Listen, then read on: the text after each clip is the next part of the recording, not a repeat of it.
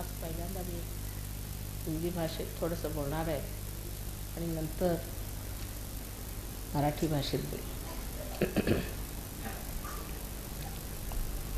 हिंदी भाषा शिकण्याचा प्रयत्न सर्वांनी केला पाहिजे, कारण ही आपली राष्ट्रभाषा आहे.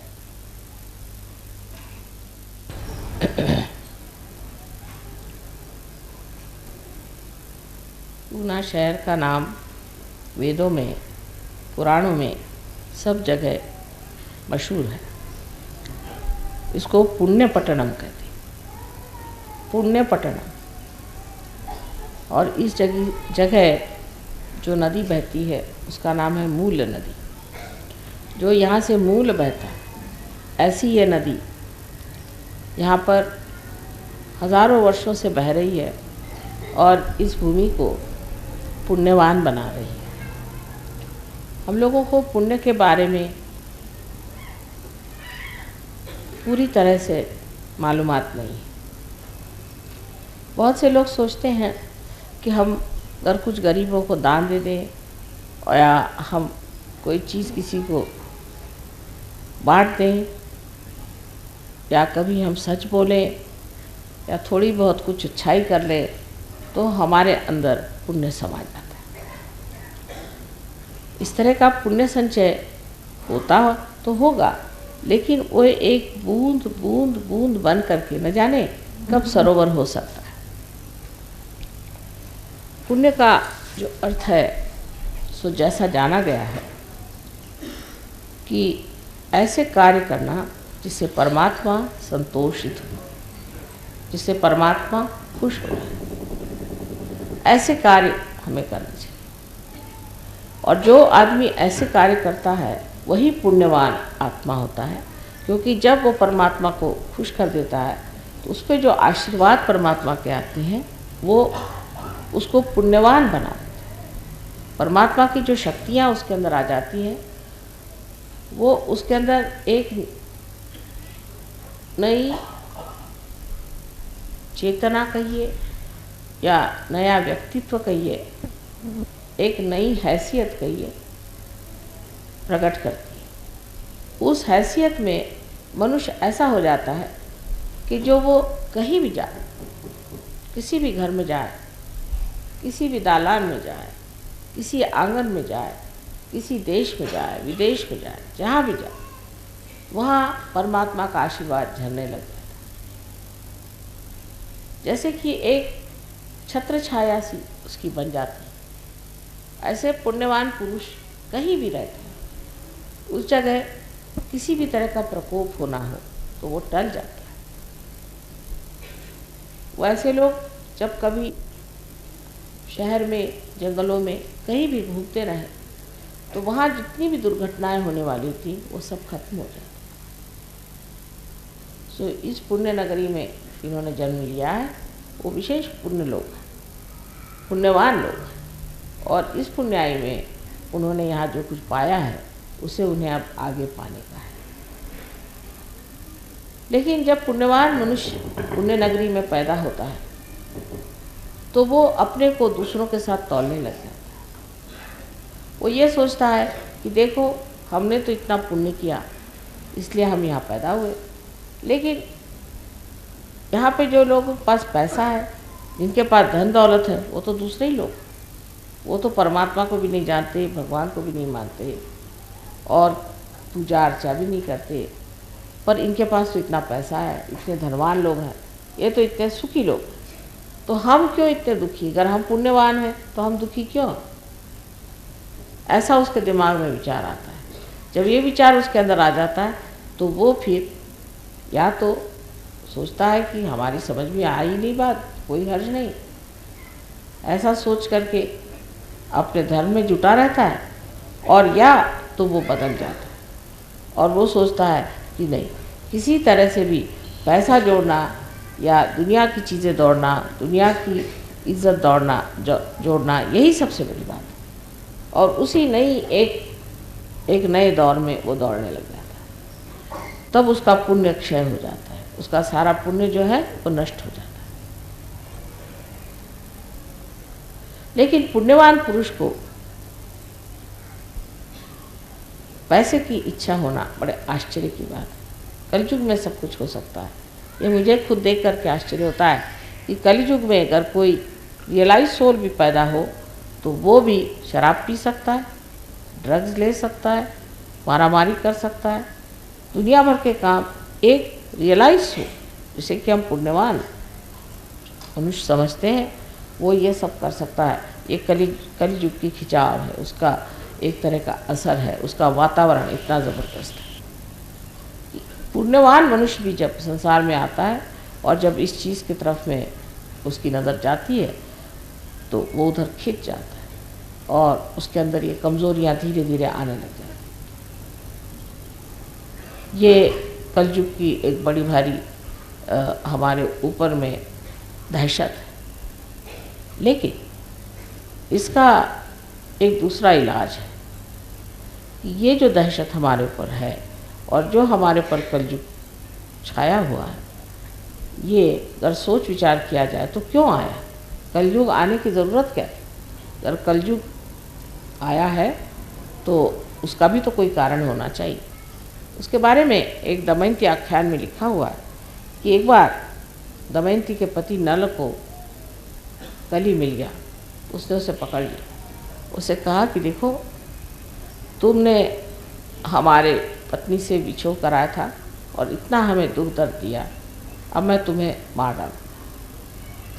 तो कली ने कहा कि हाँ भाई, ये तो बात सही है, तुम चाहो तो मुझे मार डालो, लेकिन मेरा भी एक महात्म्य है। उसने कहा तुम्हारा क्या महात्म्य हो सकता है, तुम तो सब दुनिया में भ्रम डालते हो, उनको भी भ्रम में फंसा देते हो और गलत रास्ते पर लोग चले जाते हो।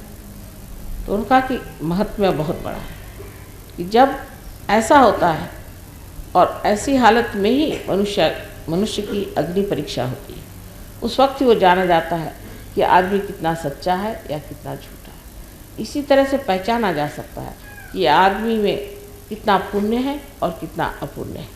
अगर उसके आगे कोई अग्नि परीक्षा न हो तो वो जाना नहीं जा सकता। जैसे कि बाइबल में भी कहा गया है कि जो मनुष्य कलयुग में पैदा होगा उसका लास्ट जजमेंट हो जाएगा, उसको जाना जाएगा कि उसमें पुण्य कितना है, अपुण्य कितना है। तो इसका ये महात्म्य है कि इससे हमारी अग्नि परीक्षा होती है। और उसने ये भी कहा कि इतना ही नहीं कि अग्नि परीक्षा होगी, ह्यावेळेला फोटो घेऊ नका, जरा कोण आहे बस तिकडे दारात।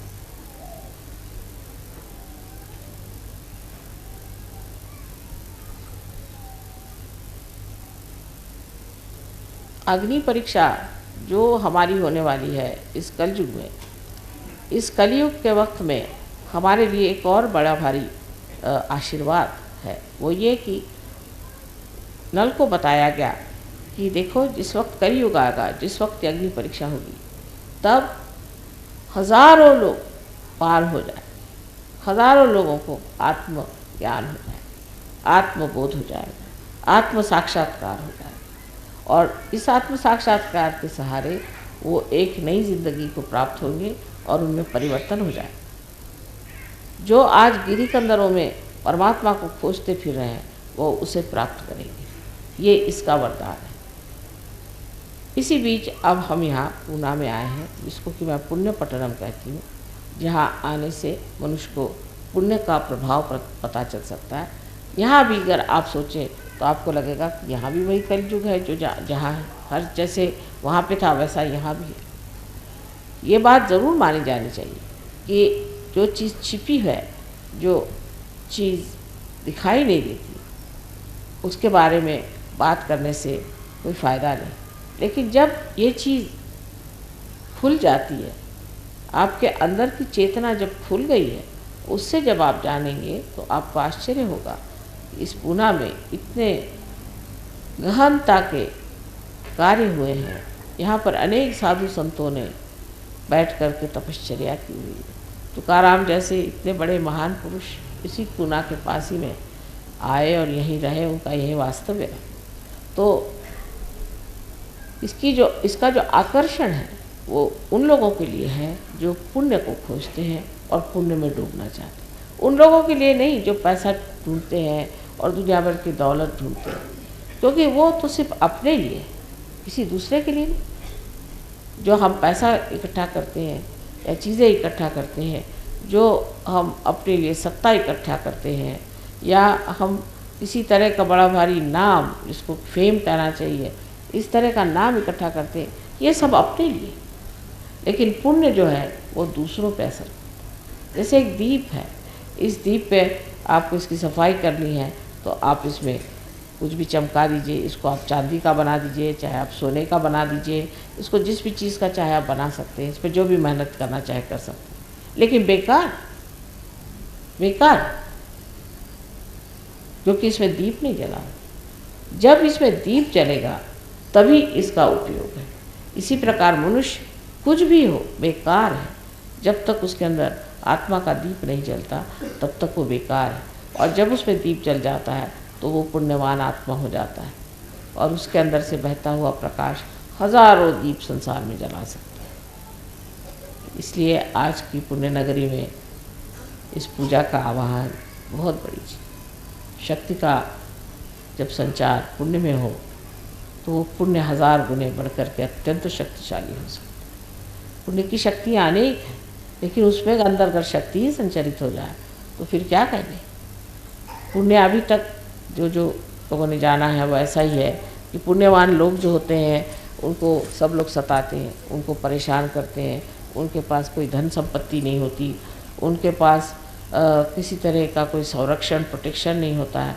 वो हर समय दबे रहते हैं लोगों से और उनको जो चाहे वो खींच ले जाता है, जो चाहे उन्हें बेवकूफ़ बना सकता है। लेकिन शक्ति का संचार होते ही इस पुण्य से वो प्रगाढ़ और प्रचंड प्रकाश निकलते हैं कि किसी की मजाल नहीं, किसी पुण्यवान आदमी को हाथ लगे। जो हाथ लगाएगा वो जानेगा कि ये कोई प्रचंड चीज़ है। इसी प्रकार अगर कोई आदमी ये चाहेगा कि उनका पैसा नोच ले या उनको ठग ले या सताए तो अब सता नहीं सकता। ये कलयुग का बड़ा भारी आप पर आशीर्वाद है कि कलयुग में ही ये प्रकाश आ सकता है और जैसे ही अंदर ये प्रकाश आ जाएगा कोई आपको छू नहीं सकता, कोई आपको परेशान नहीं कर सकता, कोई आपकी हत्या नहीं कर सकता, कोई आपसे कोई चीज़ छीन नहीं सकता। आप पूरी तरह से संरक्षित हो जाते हैं और आप स्वयं इतने शक्तिशाली होते हैं कि जहाँ खड़े हो जाइएगा वहाँ कोई सा भी आतंक आफत कोई भी परेशानी हो उसे आप एकदम खड़े होने से ही उसको खत्म कर सकते हैं। तो पुण्य में शक्ति का संचार यही आज का आवाहन है और आज की पूजा में यही करने का है। జై శ్రీ మాతాజీ. వాస్తవమైన పుణ్యం అంటే ఏమిటి అని శ్రీ మాతాజీ గారు ఈ స్పీచ్లో వివరిస్తున్నారండి. మరాఠీ భాష మనకు సులభంగా ఉంటుంది, కానీ హిందీ భాష కూడా నేర్చుకోవడానికి మనము ప్రయత్నం చేయాలి. ఎందుకంటే హిందీ భాష మన జాతీయ భాష. పూనా పట్టణం యొక్క పేరు వేదాలలో పురాణాలలో అన్ని చోట్ల ఉంది. దీనిని పుణ్యపట్టణం అంటారు. పుణ్యపట్టణం. మరియు ఇక్కడ ఒక నది ప్రవహిస్తుంది. ఆ నది మూల నది. ఏది ఇక్కడి నుండి మూల నది ప్రవహిస్తుందో ఆ నది వేల సంవత్సరాల నుండి ఇక్కడ ప్రవహిస్తుంది మరియు ఈ భూమిని పుణ్య ప్రదేశంగా చేసింది. మనకు పుణ్యం గురించి పూర్వం తెలియదు. చాలా మంది ఆలోచిస్తారు మనం పేదవాళ్ళకి ఏమైనా దానంగా ఇద్దాము, ఏమైనా వస్తువులను పేదలకు పంచుదాము, మనము సత్యాలు మాట్లాడదాము, కొద్దో గోపో ఇతరులకు మంచి చేద్దాము, అప్పుడు మన లోపల పుణ్యం వస్తుంది అనుకుంటారు. ఈ విధంగా పుణ్యం ప్రాప్తిస్తుందా అంటే ప్రాప్తిస్తుంది, కానీ అది ఒక్కొక్క చుక్క అవుతూ ఎప్పుడు ఒక సాగరం అవుతుంది. పుణ్యం అర్థం ఎలా తెలిసిందంటే ఇలాంటి కార్యం చేయాల్సి ఉంటుంది. దేనికి పరమాత్మ సంతోషిస్తాడో అలాంటి కార్యం చేయాలి. ఏ మనిషి అలాంటి కార్యం చేస్తాడో అతడు పుణ్యమైన ఆత్మ అవుతాడు. ఎందుకంటే ఎప్పుడు అతడు పరమాత్మ సంతోషించేలా చేస్తాడో అతడికి పరమాత్మ ఆశీర్వాదం లభించగానే అతడు పుణ్యాత్మ అవుతాడు. పరమాత్మ శక్తి అతని లోపలికి రాగానే అతని లోపల ఒక కొత్త చేతన అనండి, లేదా నూతన వ్యక్తిత్వం అనండి, లేదా ఒక కొత్త చరిత్ర అనండి, అది ప్రకటితం అవుతుంది. ఆ చరిత్రలో మనుషులు ఇలా అవుతారు. వారు ఎక్కడికి వెళ్ళినా, ఏ ఇంటికి వెళ్ళినా, ఏ ప్రదేశానికి వెళ్ళినా, ఏ వీధికి వెళ్ళినా, ఏ దేశానికి వెళ్ళినా ఎక్కడికి వెళ్ళినా అక్కడ పరమాత్మ యొక్క ఆశీర్వాదాలు వారికి లభిస్తాయి. ఎలా అంటే అతని మీద ఒక గొడుగు నీడలాగా పరమాత్మ నీడ ఎల్లప్పుడూ ఉంటుంది. అలాంటి పుణ్యపురుషుడు ఎక్కడ ఉన్నా అక్కడ ఏమైనా ఏ విధంగా ప్రకోపం అయ్యేది ఉంటే అది భయపడుతుంది. అలాంటి వారు ఎక్కడైనా పట్టణంలో అయినా అడవిలో అయినా ఎక్కడైనా తిరుగుతూ ఉంటే అక్కడ ఏమైనా దుర్ఘటనలు జరిగేవి ఉంటే అవన్నీ జరగకుండా ఆగిపోతాయి. అందువలన ఈ పుణ్యనగరంలో ఎవరు జన్మించారో వారు విశేషమైన పుణ్యాత్ములు. మరియు ఈ పుణ్యంలో మీరు ఏమి పొందారో దానికంటే ముందు మీరు ఇంకా పొందడానికి ఇక్కడ జన్మించారు. కానీ ఇక్కడ జన్మించిన పుణ్యమైన మనుషులు ఎవరు పుణ్యనగరిలో ఉన్నారో వారు వారిని ఇంకొకరితో పోల్చుకున్నప్పుడు వారు ఇలా ఆలోచిస్తారు, చూడు నేను ఇంత పుణ్యం చేశాను, అందువలన ఇక్కడ జన్మించాను. కానీ ఇక్కడ ఎవరి దగ్గర ఎక్కువ డబ్బులు ఉంటాయో, ఎవరు మోసాలు చేస్తూ ఉంటారో వారు భగవంతుడిని పూజించరు, అర్చనలు చేయరు, వారికి పరమాత్మ తెలియదు. కానీ వారి దగ్గర ఇన్ని డబ్బులు ఉన్నాయి, ధనవంతులు అయ్యారు, చాలా సుఖంగా సంతోషంగా ఉన్నారు. కానీ నేనెందుకు దుఃఖంగా ఉన్నాను? ఒకవేళ నేను పుణ్యాత్ముని అయితే నేను దుఃఖంగా ఎందుకు ఉన్నాను? ఇలా వారి మెదడులో విచారాలు వస్తూ ఉంటాయి. ఇలాంటి విచారం వారికి రాగానే వారు ఆలోచిస్తారు, నాకు ఈ విషయం అర్థం కాలేదు, ఏమీ సంతోషం లేదు. ఇలా ఆలోచించి వారు ధర్మాన్ని వదిలేస్తారు, లేదా వారు మారిపోతారు. మరియు వారు ఆలోచిస్తారు ఏ విధంగా పైసలు పోగు చేయాలి అని. అప్పుడు వారు ప్రపంచానికి సంబంధించిన వాటి వెంట పరిగెత్తడం ప్రారంభిస్తారు. ప్రపంచానికి సంబంధించినవి అన్నింటినీ ఒకే చోట పోగు చేయాలనుకుంటారు. ఇది అన్నింటికంటే పెద్దది. అప్పుడు అతను ఒక కొత్త దారిలోకి వెళ్తాడు. అప్పుడు అతని పుణ్యం క్షయం అవుతుంది. అతడి పుణ్యంని నష్టపోతాడు. కానీ పుణ్యపురుషులకి అలాంటి కోరిక కలగడం చాలా పెద్ద ఆశ్చర్యం కలిగించే మాట. కానీ కలియుగంలో అలాంటివి అన్నీ జరుగుతుంటాయి. ఇలాంటివి నేను స్వయంగా చూసినప్పుడు నాకు ఆశ్చర్యం వేస్తుంది. ఈ కలియుగంలో ఎవరైనా ఆత్మసాక్షాత్కారం పొందిన వ్యక్తి జన్మించి అన్నీ తెలుసుకున్నా సరే అతను కూడా మందు తాగుతాడు, డ్రగ్స్ తీసుకోగలడు, ఇతరులతో గొడవలు పడగలడు, కొట్లాటలు అన్నీ చేయగలడు. ఒక ఆత్మ సాక్షాత్కారం పొందిన వ్యక్తి ప్రపంచానికి సంబంధించిన అన్నింటినీ చేయగలడు. మీకు అర్థమవుతుందా? అతను ఇవన్నీ చేయగలుగుతాడు. ఇది కలియుగం యొక్క బురద. కలియుగంకి ఒకవైపు అసర ఉంది మరియు వాతావరణం చాలా జబర్దస్తిగా ఉంది. పుణ్యాత్ముడు ఎప్పుడు సంసారంలోకి వస్తాడో ఇలాంటి వాటి వైపు అతని దృష్టి వెళ్తే అతడు అటువైపు లాగబడతాడు మరియు వాటి యొక్క బలహీనత అతని లోపలికి నెమ్మదిగా వస్తుంటుంది. ఇది కలియుగంలో మనపైన అతిపెద్ద దశ. కానీ దీనికి ఇంకొక కారణం ఉంది. ఏ దశ మనపైన ఉందో, ఏది మనపైన కలియుగం యొక్క నీడ ఉందో ఇది మనం ఆలోచించి విచారం చేస్తే అసలు కలియుగం ఎందుకు వచ్చింది, కలియుగం రావలసిన అవసరం ఏముంది, కలియుగం వచ్చింది అంటే దానికి కూడా ఏదో ఒక కారణం ఉండి ఉండాలి. దాని గురించి నలుడు దమయంతి చరిత్ర ఉంది. ఒకసారి దమయంతి భర్త నలుడు కలిని కలిశాడు. నలుడు కలిని పట్టుకున్నాడు. నువ్వు నా భార్యని పట్టుకున్నావు, నాకు ఎంతో దుఃఖాన్ని కలిగించావు, నేను నిన్ను చంపుతాను అన్నాడు. కానీ కలి ఏమి చెప్పాడు? ఈ మాట సరి అయినదే, కానీ నువ్వు కావాలనుకుంటే నన్ను చంపు, కానీ నాకు కూడా ఒక మహత్యం ఉంది. అతను అన్నాడు, నీకు ఏమి మహత్యం ఉంటుంది? నువ్వు మొత్తం ప్రపంచంని భ్రమలలో పడవేస్తున్నావు, వారిని భ్రమలలో ఇరికిస్తున్నావు మరియు వారిని చెడు వైపుకి వెళ్ళేలా చేస్తున్నావు అన్నాడు. అతని మహాత్మ చాలా పెద్దది. ఎప్పుడు ఇలా జరుగుతుందో అలాంటి పరిస్థితుల్లో మనుషులకి అగ్ని పరీక్ష ఉంటుంది. దాని వలన వారు తెలుసుకోగలుగుతారు ముందు ఎంత సత్యం ఉంది, ఎంత అసత్యం ఉంది అని. ఈ విధంగా మనం తెలుసుకోగలుగుతాము మనుషుల్లో ఎంత పుణ్యం ఉంది, ఎంత అపుణ్యం ఉంది. ఒకవేళ అగ్ని పరీక్ష లేకపోతే మనం తెలుసుకోగలమా? ఎలా అంటే బైబిల్లో కూడా ఏ మనుషులు కలియుగంలో జన్మిస్తారో వారికి లాస్ట్ జడ్జిమెంట్ ఉంటుంది. వారు తెలుసుకోగలరు పుణ్యం ఎంత, అపుణ్యం ఎంత వారిలో ఉంది అని. దీనికి ఈ మహత్యం ఉంది. మనుషులకు అగ్ని పరీక్ష ఉంటుంది. అతను ఇది కూడా చెప్పాడు, ఈ కొంచెం కూడా అగ్ని పరీక్ష లేకపోతే ఎలా? అగ్ని పరీక్ష ఏది ఉంటుందో ఈ కలియుగంలో అది మనుషులకి ఒక పెద్ద ఆశీర్వాదం. అది నలుడికి చెప్పబడింది. చూడు, ఇందుకే కలియుగం వచ్చింది, ఇందుకే అగ్ని పరీక్షలు ఉంటాయి. అగ్ని పరీక్షలు ఉండడం వలన అప్పుడు వేల మంది ఆత్మ సాక్షాత్కారం పొందుతారు. వేల మందికి ఆత్మజ్ఞానం కలుగుతుంది. వేల మందికి ఆత్మబోధ అవుతుంది. మరియు ఈ ఆత్మ సాక్షాత్కారం పొందడం వలన వారు ఒక కొత్త జీవితాన్ని ప్రాప్తించుకుంటారు. వారు చాలా పరివర్తనం చెందుతారు. ఎవరు ఈరోజు పర్వతాలలో పరమాత్మ కోసం వెతుకుతున్నారో వారు దానిని ప్రాప్తించుకుంటారు.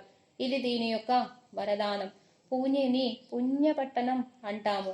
ఎందుకంటే ఇక్కడికి వస్తే మనుషులకి పుణ్య ప్రభావం తెలుస్తుంది.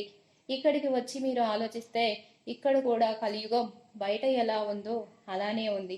ఈ మాట తప్పకుండా మనం ఒప్పుకోవలసి ఉంటుంది. ఏది దాగి ఉందో, ఏది కనిపించదో దాని గురించి మాట్లాడడం వలన ఉపయోగం లేదు. ఎప్పుడైతే ఇది తెరుచుకుంటుందో, మీ లోపల చేతన తెరవబడుతుందో దానిని మీరు తెలుసుకుంటారు. మీకు ఆశ్చర్యం వేస్తోంది, పూణేలో ఎంత గ్రహణత కార్యం అయిందో. ఇక్కడ అనేక మంది సాధు సంతువులు కూర్చొని తపస్సు చేశారు. తుకారాం లాంటి పెద్ద మహాపురుషుడు ఈ పూణేకి దగ్గరలోకి వచ్చాడు. ఇక్కడే ఉన్నాడు.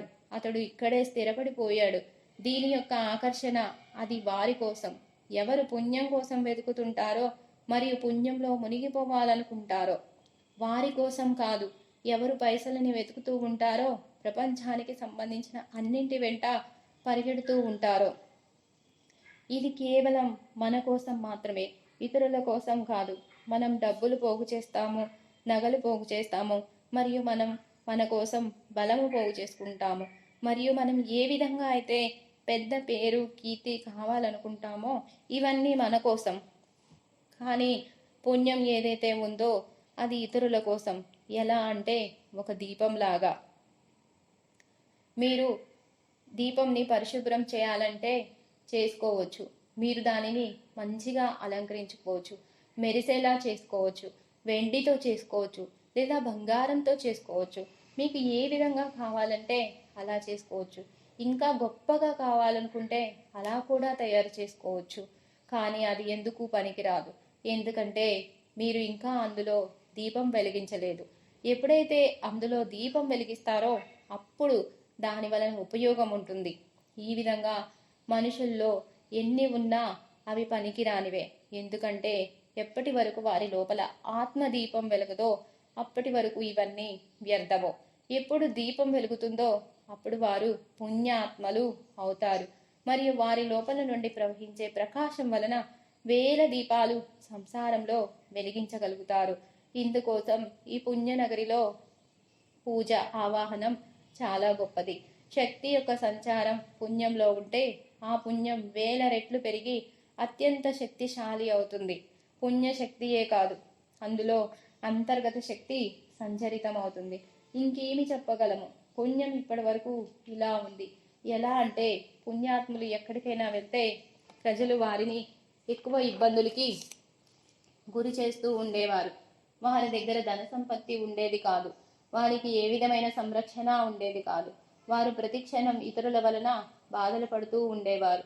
వారి దగ్గర నుండి అన్నీ లాక్కుపోతుండేవారు. వారిని పనికిరాని వారిలా చేస్తుండేవారు. కానీ ఈ శక్తి సంచారం అవడం వలన, వారి పుణ్యం వలన వారి లోపల ప్రగండ ప్రచాడ ప్రకాశం వస్తుంది. ఎవరు మజా చేయడానికి ఉండదు. వారు చేయి తగలగానే తెలుసుకుంటారు వీరు ప్రచండమైన వ్యక్తులు అని.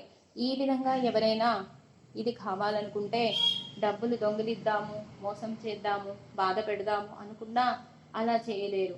ఈ కలియుగంలో చాలా పెద్ద ఆశీర్వాదం మీ మీద ఉంది. ఈ కలియుగంలోనే ఈ ప్రకాశం వస్తుంది. ఎలా ఈ ప్రకాశం మీ లోపల వస్తుందో అప్పుడు ఎవరు మిమ్మల్ని తాకలేరు, ఎవరు మిమ్మల్ని బాధ పెట్టలేరు, ఎవరు మిమ్మల్ని హత్య చేయలేరు.